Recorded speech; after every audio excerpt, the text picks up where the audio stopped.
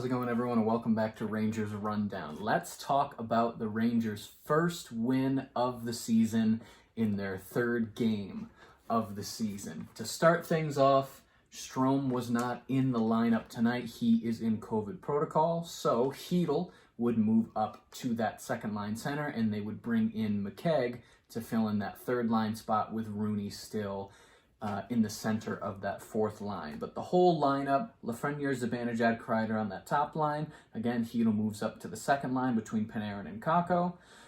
McKegg would be on the third line between Blais and Gaudreau, and Rooney would round out that fourth line between Hunt and Reeves. D pairs exactly the same as last game.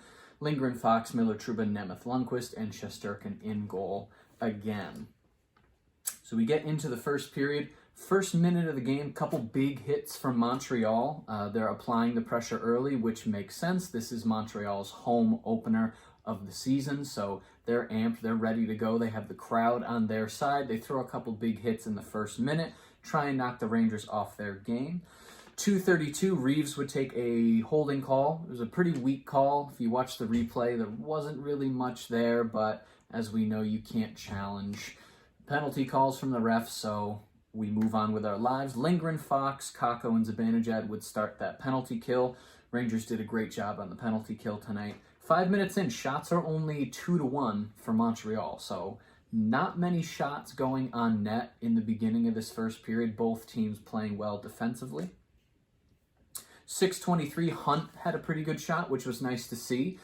We don't really know much about Dryden Hunt. This is his first season in the actual NHL in this lineup, so it's nice to see him getting some shots, getting open, doing something, showing himself off to the team, because obviously he wants to stay in this lineup for as long as he can.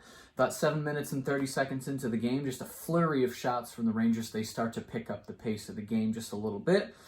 8:40, Lundqvist broke his stick, and he held on to it for a little bit longer than he probably should have. He probably should have been penalized for illegal equipment, because you're not allowed to play with a broken stick.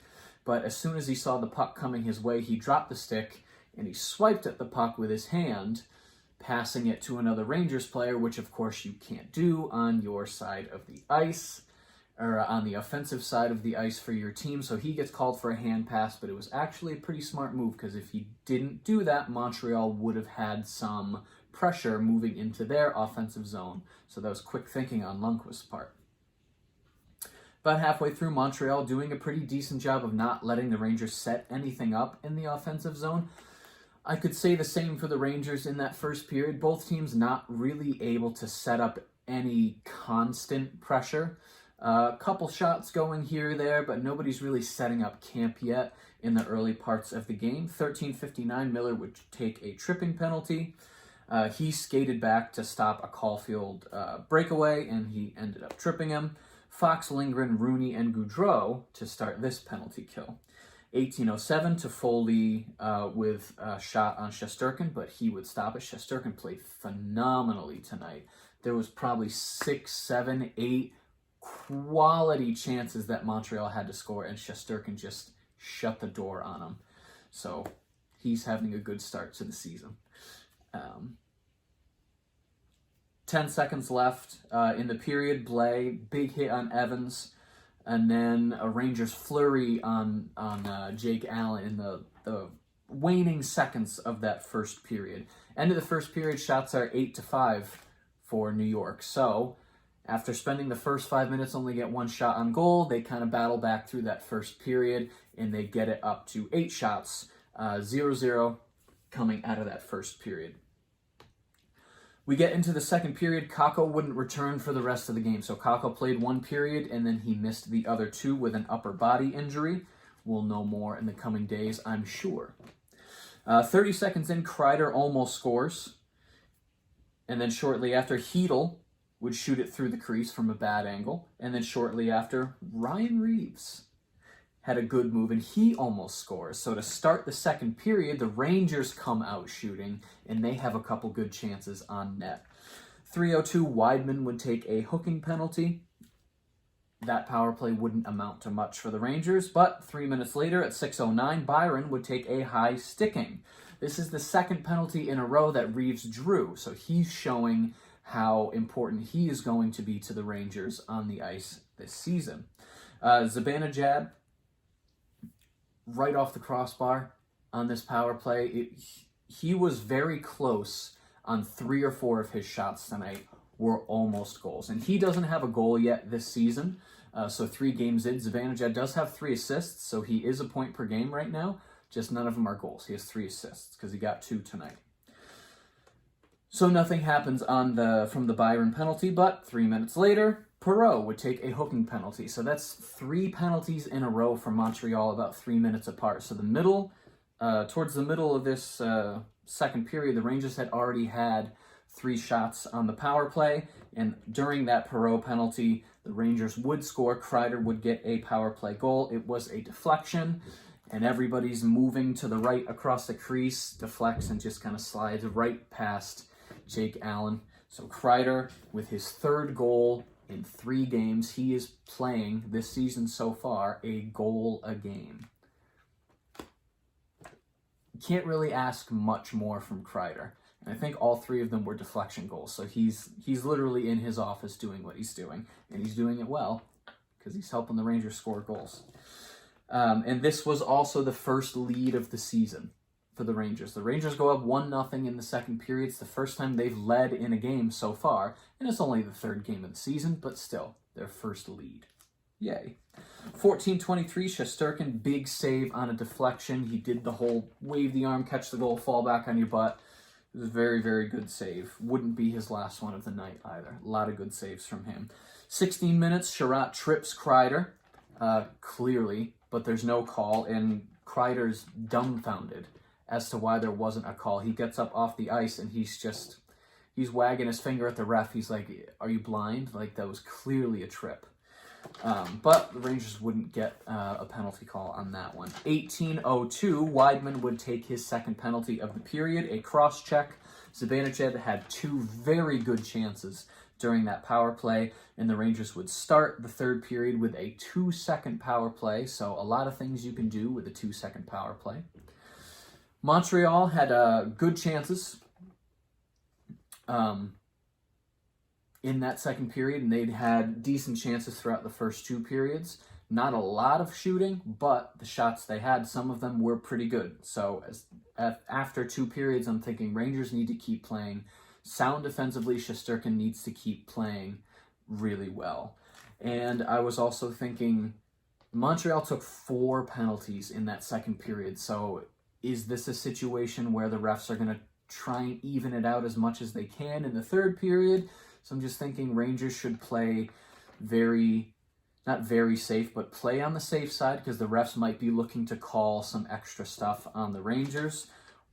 That wouldn't really happen in the 3rd period, but you never know. Sometimes that does happen. We look for those offsetting penalties for the other team. 3rd period, Montreal comes out strong to start the 3rd period. So similar to the way they came out strong in the 1st period, a couple of almost penalties for the Rangers. I saw a couple things where if the refs really wanted to, they could have called it to kind of even it up, but they didn't, which was good. But at 6:20, Lafreniere would take a very clear tripping penalty, not going to get away with that one. Shesterkin, a couple great saves on that penalty kill, and Zibanejad had a single-handed, just power through Montreal instead of just clearing it out. Short-handed chance, almost went in. He was doing really well tonight. And when he starts scoring goals, they're going to come in bunches. Just watch. Right after the penalty kill, Shesterkin would stop an Armia deflection. And I'm sure at this point, Montreal is getting very frustrated with Igor because he is stopping a lot of quality chances for Montreal. And at 9:24, Drouin would finally score a goal, tying it 1-1. It was a great move. He gets a pass in the slot. He kind of dekes around Shesterkin, makes him move one way, pots it behind him with a backhand. To Drouin's credit, it was a very good goal. So Montreal ties it 1-1. Shortly after that, Evans has a chance, and it wouldn't be his only good chance of the game either. Evans played a pretty good game for Montreal, but Shesterkin would make the save. 30 seconds after Drouin scores, a little less than 30 seconds, 26 seconds, Lafreniere would score his first goal of the season, Fox pass to a streaking Zibanejad. Zibanejad and Lafreniere going towards the goal together. Zibanejad gets as close to the net as he can, passes it across the slot to Lafreniere. He puts it in the back of the net. He takes a high stick right in the chin while he's scoring the goal. So he's celebrating, but he's also bleeding from his chin. You could see the blood on his sweater. So he celebrates the goal, goes to the bench, gets patched up. His family was in the arena. I guess it was the first time they could actually see him live because there were no people in the arena last year, or very few, and I guess this was the first time his family got to see him in the NHL live, so they got to see him score, which was really nice to see. And after that, the arena was silent. They were going crazy when Duran scored, and then Lafreniere scores 25 seconds later and just completely took the wind out of their sails. It was pretty funny. After that, the physicality picked up a little bit. Montreal's getting super annoyed. They thought they had tied the game, and they were ready to kind of bring it home and score another goal to win their first home game of the season, but nope. 13:01, Evans stopped by Shesterkin again. Like I said, Evans had a pretty good game tonight for Montreal. 7:59, Hedl drives the net for a chance, and then shortly after, Lafreniere gets another good chance. So he almost ended up with 2 goals tonight, which would have been fantastic. Allen was pulled with 90 seconds left. 19:17, Shesterkin lost it, found it in front of him as he was going to cover it with his glove. Toffoli was right there and tried to push it under, and Lindgren did not like that, so a scrum ensues behind the Rangers' goal. A couple people involved. You know how it gets towards the end of these games. Then a timeout was called. I'm not sure who called the timeout. It was probably Montreal that called the timeout. They come back. Quick face-off win. Shot from Montreal. It was a very fast face-off shot. Shesterkin gets it. Then at 9:50, Rooney would score an empty net goal to close this game down 3-1 for the Rangers for their first win of the season. I think something happened shortly before that goal because Rooney scored and a couple Montreal players started talking to the refs like, hey, what the heck? So maybe there was a missed call in there somewhere, or maybe Montreal just wanted them to call something so they could get a quick power play at the end of the game. I don't know. But any event, Rangers win 3-1. Kreider, like I said, 3-game point streak, 3-game goal streak. Fox with a 3-game point streak as well. He's keeping up his Norris level play from last year. And Zibanejad has 3 assists in 3 games. So we have 3 Rangers right now who are point-a-game players. And they're players that we need to be point-a-game players. Now, will they be the entire season? No. But let's see if we can keep this momentum moving into Monday night when the Rangers go to Toronto to face an arguably better team. So we'll see what happens then. Stats for the game, shots 24-32 in favor of Montreal. Face-off percentage for the Rangers, 40.7, so less than half. They weren't winning the lion's share face-offs, but again, it doesn't really matter because if you win the face-off, that's great, but you got to do something with it afterwards, and Montreal wasn't able to do that. Power play went 1 for 4. Hits 23-31 in favor of Montreal, so Montreal was hitting the Rangers a lot more, but that makes sense. Usually the team with more hits is the team that doesn't have the puck as much, because when you have the puck, you're not really hitting people, you're trying to score. When you don't have the puck, you're hitting people to get it. So that makes sense. Blocks 18-13 in favor of the Rangers, so putting bodies in front of the puck. Nice to see.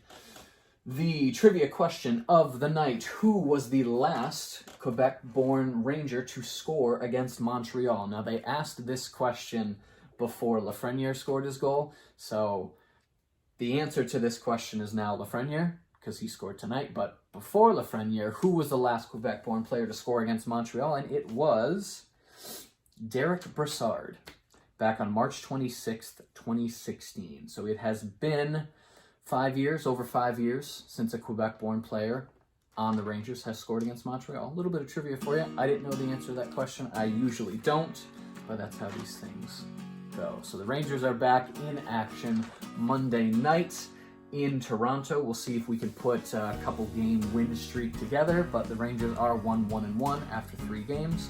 Not an excellent start, not an awful start. Still early in the season, so let's see what they can do. If you enjoyed this video and you want to see more videos like it, be sure to hit the subscribe button. Thank you so much for watching, and I will see you in the next rundown.